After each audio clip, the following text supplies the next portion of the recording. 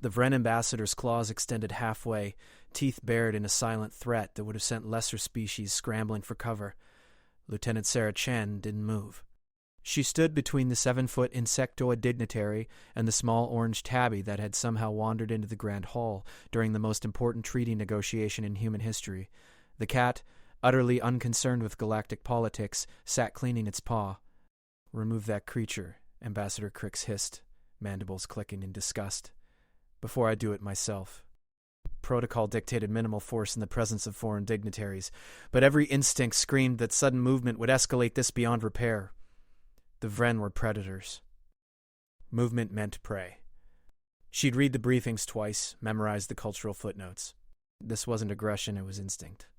The cat looked up, yellow eyes meeting the ambassador's compound gaze without fear. From the raised platform at the hall's center, Queen Talara of the Vren Hive rose from her crystalline throne. The assembled delegates fell silent. Sarah's throat went dry. The queen was twice the size of her ambassador, her chitin plated with ceremonial gold that caught the overhead lights and scattered them like stars. When she moved, the sound was like wind through autumn leaves, delicate and somehow terrifying. Sarah prepared for diplomatic catastrophe.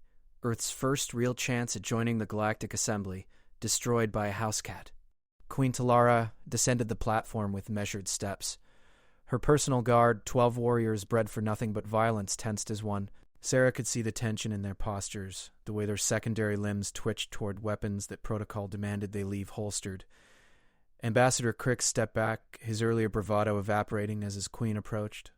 The cat yawned. Sarah ran through her options. Grab the cat and risk insulting both parties. Stand still and pray. Call for backup and admit she'd lost control of the situation. Each choice led to failure. Her commanding officer, General Morrison, stood near the human delegation table, face carved from stone. No help there. This was her problem. Queen Talara stopped 3 feet from Sarah. This close, Sarah could see the individual facets in those alien eyes, could smell something like cinnamon and ozone. The queen's head tilted, studying the small human guard who hadn't run. "Your species brought this animal here deliberately?" The queen's voice was surprisingly soft, translated through the neural implant behind Sarah's ear into perfect English with just a hint of static. "No, Your Majesty." Sarah kept her voice level. "It appears to be a stray that entered through the service entrance. I take full responsibility for the breach." The cat stood, stretched, and rubbed against Sarah's leg before padding toward the queen. Every weapon in the room came up. Vren guards, human security, even the crystalline sentinels from the core delegation shifted into combat stances. Sarah's heart hammered against her ribs. This was it. The moment Earth became a footnote in galactic history. The species that started an interstellar war over a cat. "Hold!"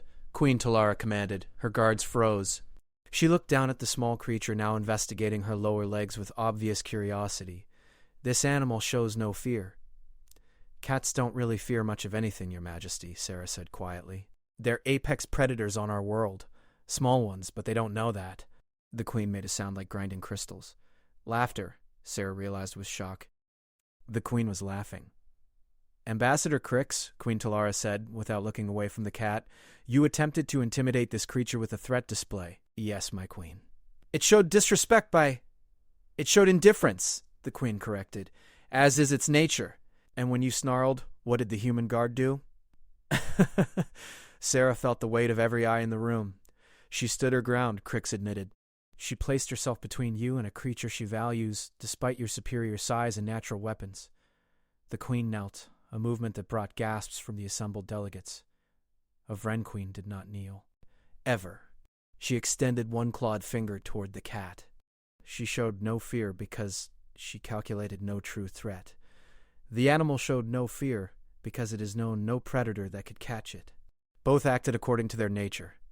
The cat sniffed the queen's claw, then headbutted it gently. The queen's mandibles spread in what the briefing had called a smile. She looked up at Sarah. "What is this creature called?" "A cat, Your Majesty. That specific one appears to be a domestic shorthair, orange tabby variety. Does it belong to you?" Lying to a hive queen was punishable by molecular disintegration in Vren culture. "No, Your Majesty. But I'll claim responsibility for it if required." Queen Talara stood cradling the cat in her primary arms. It began to purr, the sound incongruously loud in the vast silence. I have studied your species extensively, Lieutenant Chen. Your name and rank are visible on your uniform. Humans are unique among the species we've encountered. You bond with creatures that serve no obvious purpose. You risk yourselves for those you deem worthy of protection. You stand firm in the face of calculated threat, because you have learned that most threats are performance rather than promise. The Queen turned to face the assembly. The Vren Hive has observed humanity for 6 cycles. We have watched you war among yourselves and then extend hands in peace. We have seen you protect the weak and challenge the strong. We have noted that you bring small predators into your homes and call them family. She held up the cat. This creature, this cat, has demonstrated why we believe humanity belongs among the stars. Sarah's knees nearly buckled with relief. Ambassador Crix, the Queen continued, you snarled at an animal acting according to its nature, attempting to assert dominance where none was challenged. The human guard understood what you did not. Sometimes the greatest strength is knowing when not to respond to provocation. She handed the cat back to Sarah. Lieutenant Chen, the Vren Hive formally sponsors humanity's entry into the Galactic Assembly. Your species has passed a test you did not know you were taking. You protected something small because it needed protecting, not because it could offer you anything in return. That is the measure of a civilization worth knowing. The hall erupted in a cacophony of clicks, chirps, and translated voices. Sarah stood frozen, cat purring in her arms, trying to process what had just happened. General Morrison approached, his stone face cracking into the smallest smile she'd ever seen him wear. Lieutenant, he said quietly, I believe you've just made history. Also, you're now personally responsible for that cat. The Queen has declared it a symbol of human-Vren friendship and needs a security detail and diplomatic clearance. Sarah looked down at the orange tabby, who gazed back with supreme indifference to its new role in interstellar politics. What should we call it, sir? Ambassador seems appropriate. Ambassador Whiskers, if we're being honest about its qualifications. Behind them, Queen Talara was addressing the assembly about trade agreements and cultural exchanges. The Vren delegation had relaxed, their earlier tension replaced with something that looked almost like approval. The other species were watching humanity with new interest, recalculating their assessments, and Sarah Chen, who had joined the Royal Guard to protect humanity's interests among the stars, held a purring cat and tried not to laugh at the absurdity of it all. The cat yawned again, utterly unimpressed with its role in galactic history. 3 hours later, after the formal treaties had been signed and the delegations had dispersed to their respective quarters, Sarah found herself in the security office filing the strangest incident report of her career. Ambassador Whiskers sat on her desk, occasionally batting at her stylus as she worked. General Morrison entered without knocking, carrying a small dish and what looked like processed protein rations.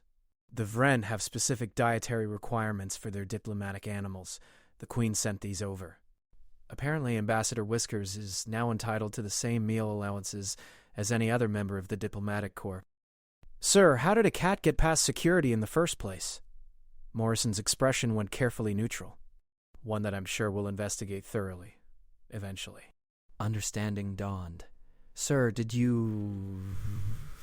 The Queen mentioned in her private discussions with the human delegation that the Vren place great importance on tests of character conducted under pressure.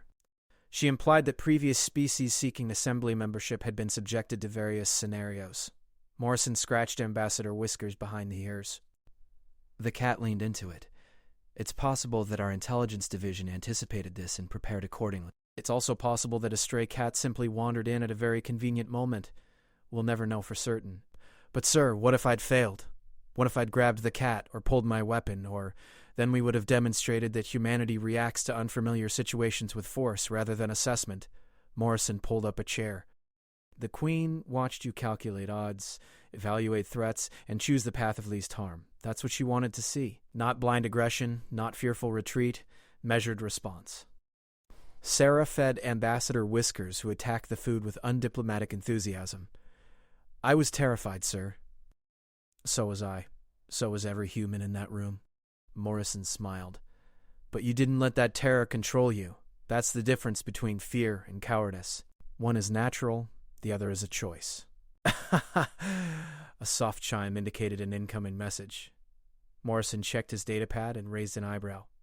The Queen has requested your presence at tomorrow's cultural exchange. Specifically, she wants you to present information about Earth's domestic animals and their role in human society. Apparently, the Vren find the concept fascinating. Me, sir? I'm not a xenoanthropologist or You're the human who stood between a Vren ambassador and a cat without flinching. That makes you uniquely qualified. Dead. Morrison stood. Get some sleep, Lieutenant. Tomorrow you're teaching alien queens about the internet's obsession with cat videos. I'm sure that will go perfectly normally. After he left, Sarah sat in the quiet office with Ambassador Whiskers purring on her lap.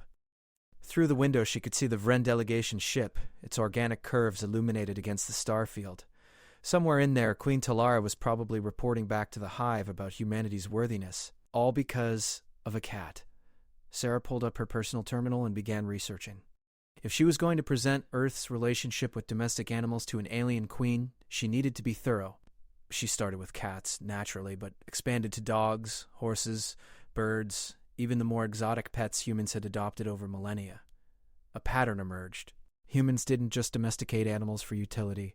They formed bonds with creatures that offered companionship, demanded care, and gave affection on their own terms. Dogs that could have been replaced by machines, cats that caught fewer mice than modern pest control, birds that sang but served no function, fish that couldn't be eaten, existing purely to be watched. The Vren, she realized, would find this either incredibly wasteful or incredibly profound. Species that optimized every resource would see pets as inefficient. But a species that valued the bonds formed through care, the responsibility of stewardship, the joy of connection without transaction, they might see it as humanity's greatest strength. Ambassador Whiskers kneaded her leg, claws just barely pricking through her uniform. The cat had no idea it had become a symbol of interstellar friendship. It just knew it had found a warm lap and a steady food supply. You're going to be so famous, Sarah told it, and you're going to hate every minute of it, aren't you? The next morning, Sarah stood before the Assembly's cultural chamber, trying not to visibly sweat. The room was smaller than the Grand Hall, but no less intimidating, with representatives from 24 species arranged in a semicircle. Queen Talara occupied the central position, flanked by her advisors. Ambassador Whiskers sat in a specially prepared containment field, visible to all but unable to wander. Lieutenant Chen, the Queen began. Please explain why your species expends resources on creatures that provide no obvious survival advantage. Sarah had rehearsed this. She'd prepared charts and statistics and historical data. But standing before these alien dignitaries, she realized they didn't want data. They wanted truth. Because they make us happy, Your Majesty. The words came out simpler than she'd planned. Humans evolved as social creatures. We bond. We attach. We love. And while we originally domesticated animals for practical reasons, dogs for hunting, cats for pest control, horses for transportation, we kept them even after technology made them unnecessary.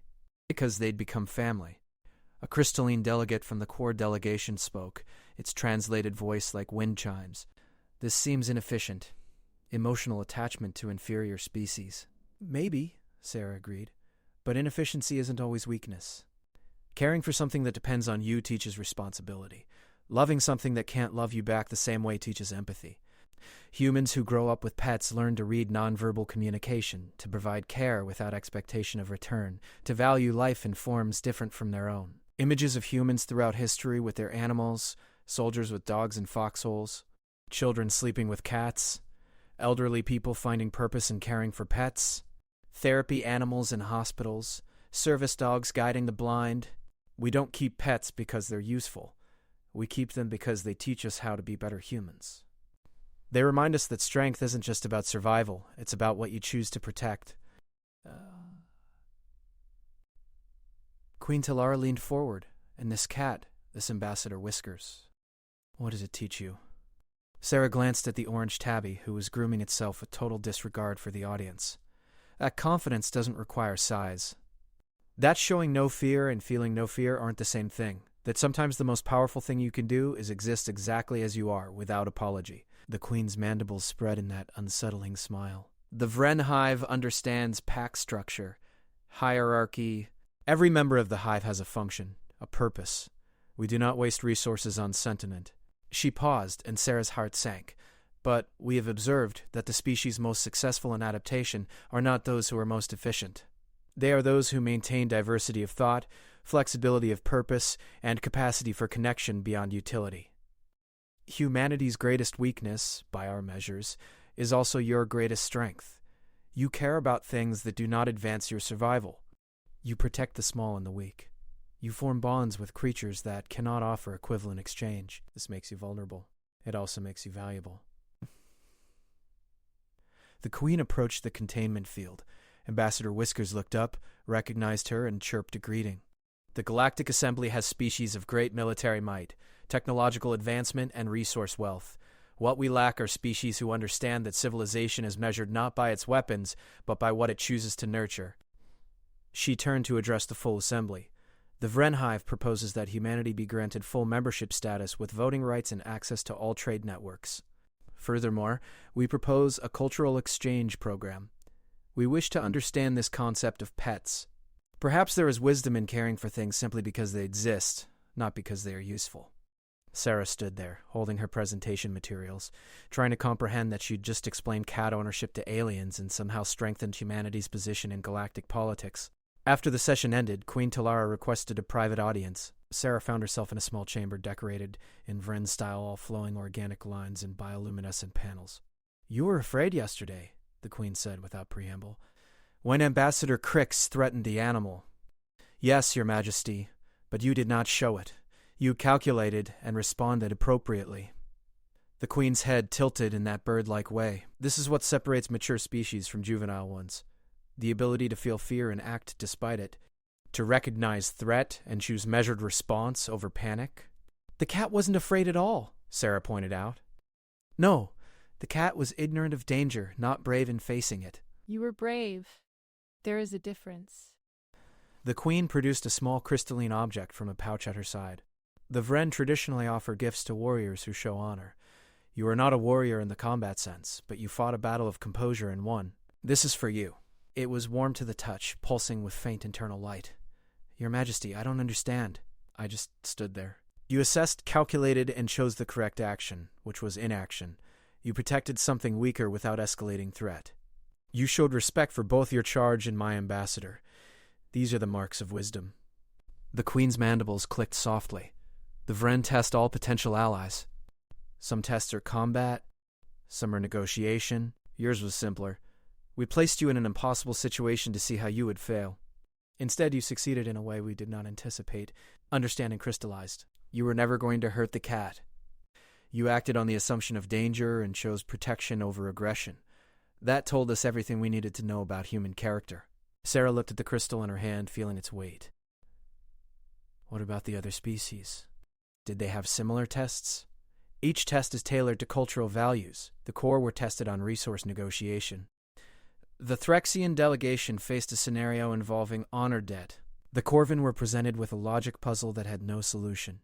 The Queen's eyes gleamed. "Every species faces their own challenge. Yours involved a cat. Why a cat specifically?" "Because our research indicated humans have strong attachment to these creatures despite their lack of practical value. We theorized that a human would react strongly to threat against a cat, possibly with violence. We did not expect calm assessment and protective positioning. You surprised us, Lieutenant Chen. The Vren value surprises. They indicate we have more to learn." Queen Talara made a gesture, and it opened to reveal Ambassador Whiskers, who had apparently escaped the containment field and tracked Sarah down. The cat trotted in, jumped onto Sarah's lap, and settled down as if it owned the place. "The animal has chosen you," the Queen observed. "In Vren culture, this would be significant. A predator selecting a protector." "Cats pretty much choose everyone," Sarah admitted. "They're very democratic about demanding attention." "Fascinating." The Queen leaned closer, studying the purring cat. "My advisors tell me there are millions of images and videos of these creatures on your planet's communication networks. Is this accurate?" "Yes, Your Majesty. Humans are somewhat obsessed with sharing cat content. I wish to see these. For research purposes." And that was how Lieutenant Sarah Chen spent the next 2 hours showing the Queen of the Vren Hive funny cat videos on her datapad, while Ambassador Whiskers slept peacefully, utterly unconcerned with its role in interspecies diplomacy. General Morrison found them like that. The most powerful being in the Vren Hive, watching a video of a cat failing to jump between countertops and laughing in that crystalline way of her species. "Lieutenant," Morrison said carefully. "Should I ask?" "Cultural exchange, sir," Sarah replied without missing a beat. "Her Majesty is studying human-animal relationships." "General Morrison." Did you know that humans create entire categories of content dedicated to pets performing amusing failures? This is incredible. The Vren would never waste resources documenting incompetence, and yet humans find it endearing. Morrison's professional composure cracked slightly. Yes, Your Majesty. We're very strange like that. Strange, yes, but perhaps wise. You document joy in small moments. You find humor in imperfection. You celebrate existence itself, not just achievement. The Queen stood, towering over them both. The Vren Hive has much to learn from humanity. We have optimized ourselves toward efficiency and forgotten that life itself is valuable, not just its productive moments. She bowed slightly, a gesture that made Morrison stiffen in shock. Vren Queens did not bow. Thank you for this exchange, Lieutenant Chen. You have given me much to consider. The Hive will be in contact regarding formalization of our alliance. Until then, I trust you will care for Ambassador Whiskers appropriately. After she left, Morrison turned to Sarah. Did the Queen of the Vren Hive just bow to you? I think she bowed to the cat, sir. Ambassador Whiskers yawned, stretched, and resumed sleeping. Morrison sat down heavily. We're living in the strangest timeline. We got into the Galactic Assembly because of a cat. The most powerful military force in the known galaxy wants to learn about internet cat videos. And you, Lieutenant, are somehow at the center of all of it. The cat did all the work. You protected something small because it needed protecting. You stayed calm under pressure. You showed an alien species that humanity values life in all its forms. Morrison looked at the sleeping cat. That's not nothing, Sarah. That's everything. The crystal the Queen had given her pulsed softly in Sarah's pocket, warm against her leg. Outside the window, Earth hung in the darkness, blue and beautiful and small. Somewhere down there, billions of humans were going about their lives, most of them unaware that a cat had just changed galactic history. Sarah scratched Ambassador Whiskers behind the ears. We should get you microchipped. Can't have our diplomatic asset wandering off. The cat purred agreement, or possibly contempt. With cats, it was always hard to tell. General Morrison stood. There's going to be a ceremony next week, full diplomatic recognition, trade agreements, cultural exchange programs. You'll need to be there in dress uniform with the cat. The cat isn't going to like that, sir. The cat is a symbol of human-Vren friendship and will behave appropriately or face the consequences. Morrison paused. What are the consequences for a diplomatic cat? Absolutely nothing, sir. It's a cat. Morrison laughed, actually laughed, something Sarah had never heard before. Right. Well, do your best. The fate of interstellar relations rests on your ability to make a cat sit still for photographs. After he left, Sarah sat in the quiet office with Ambassador Whiskers purring on her lap. She thought about Queen Talara's words, about tests and surprises, and the value of protecting small things. She thought about all the humans throughout history who had chosen compassion over efficiency, who had cared for creatures that offered nothing but companionship. Maybe that was humanity's real strength. Not weapons or technology or innovation, but the simple act of caring about something that couldn't offer equivalent value in return. The ability to see worth in existence itself. Ambassador Whiskers kneaded her leg, claws pricking through fabric. The cat had no concept of diplomacy or interstellar relations. It knew only that it had found warmth and food in gentle hands. That was enough. Sarah pulled up her terminal and began drafting the report. How did you explain in official military language that a cat had passed a test designed for humans? How did you document that standing still had been the most important action of her career? She typed slowly, choosing words carefully, trying to capture the truth of what had happened. A cat had wandered into a diplomatic event. An ambassador had snarled. A guard had calculated odds and chosen protection over aggression. A queen had smiled and recognized something valuable. In the end, Sarah wrote simply, on this date, humanity demonstrated our core values to the Galactic Assembly. We protected the vulnerable, assessed threats without panic, and showed that strength includes knowing when not to act. Ambassador Whiskers performed his duties admirably.